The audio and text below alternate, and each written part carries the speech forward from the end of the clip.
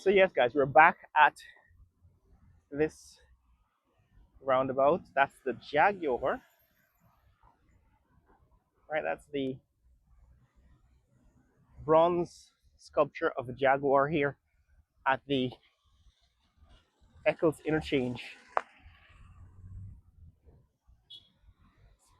and it's about 6:37. It's about 7 a.m. on Thursday morning here in Georgian, Guyana. Thursday, the 25th of September.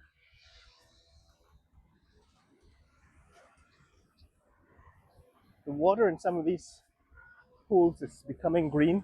This one seems to have leaked out a little bit. Of course, this one is a little clearer. But yeah, let me explain to you what's happening in Guyana. We're actually going through a growth spurt, a growth pulse, an economic growth spurt. So in the last in the last 5 years or so, since oil and gas industry started operating in Guyana, there has been an influx of new capital, new money from the oil industry. Remember, there was an oil contract with ExxonMobil that involved was ExxonMobil and China Offshore Oil Company, and I think it was Hess in the initial agreement. Hess Hess has still been Hess has recently been bought out by um, Chevron. Chevron used to operate in Venezuela until the Venezuelan government kicked them out, and the U.S. government retaliated by basically collapsing the Venezuelan economy. However, recent moves by the American administration, by Washington, has been to reauthorize operation of Chevron in Venezuela. Of course, the Chinese have also been building uh, platforms for extracting oil in Venezuela. And in Guyana, Chevron is taking over the share of Hess in the consortium. And the Chinese, who own CNOOC, it's a state-owned oil company, are in partnership with these two American companies, which is also raising some concerns in Washington. So apparently, Washington is considering the tax benefits, revising the tax benefits that ExxonMobil receives from the US government to extract oil in Guyana. And part of that is because of the involvement of China's offshore oil company in this consortium. Now, that's the background to what has happened in the last 5 years, that Guyana has received from this consortium, ExxonMobil, China Offshore Oil Company, and Hess now, Chevron. Guyana has received about $7.2 billion in profit oil and royalty. And that money, half of which, about 4 billion of which, has already been spent by the government over the last 5 years.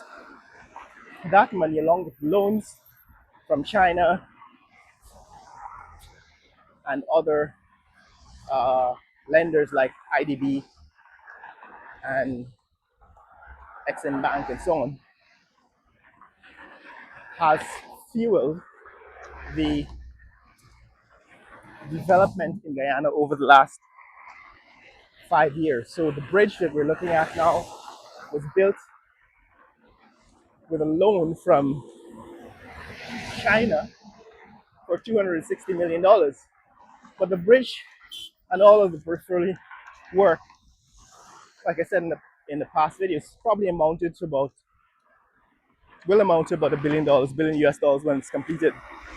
So Another 750 million US dollars is being spent. And where is our money coming from? It's coming from the oil and gas industry. These roads, for example, this highway, which is built over the last 3 years or so, has also been built with money from oil and gas industry. So there was this contract that was signed in 2020, 2019, I think, or 2016. 2016, contract was signed in 2016. Oil production began at the end of 2019, 2020, early 2020. That contract gave Guyana 14.25% of total revenue from the oil production by ExxonMobil and the consortium. And that is what brought in $7.2 billion over the last 5 years. Probably more now because we're coming to the end of the third quarter in 2025. But that is amongst the money that is driving the development in Guyana, right? About $7 billion in loans and about $4 billion spent so far from the oil income,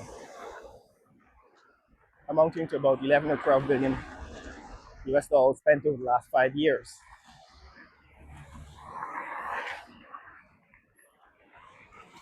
But the question, the issue I'm trying to drive at is that this amounts to a growth spurt. In other words, Guyana's economy has grown in a precipitous manner. It's like a teenager going through puberty and then shooting up in height, right? Growing very rapidly for a period of time. The problem with that growth spurt is that it does not last. It doesn't continue beyond, say, 17 years old. So a child, a teenager, might grow rapidly between the ages of 13 and 17. By the time he's 18, he's probably reached his maximum height. It's not going to grow as much beyond 18. And this is the situation we find in Guyana. The problem that I'm trying to address is the fact that we're going through this growth spurt, but people think that this is permanent. It's not a permanent growth. Eventually, we will plateau. And therefore, when you plan and you invest, you have to do your investment with that in mind. I'm going to come back to that point in a minute. Let me show you what's happening here. This is the current state of affairs at the New Demerara Bridge.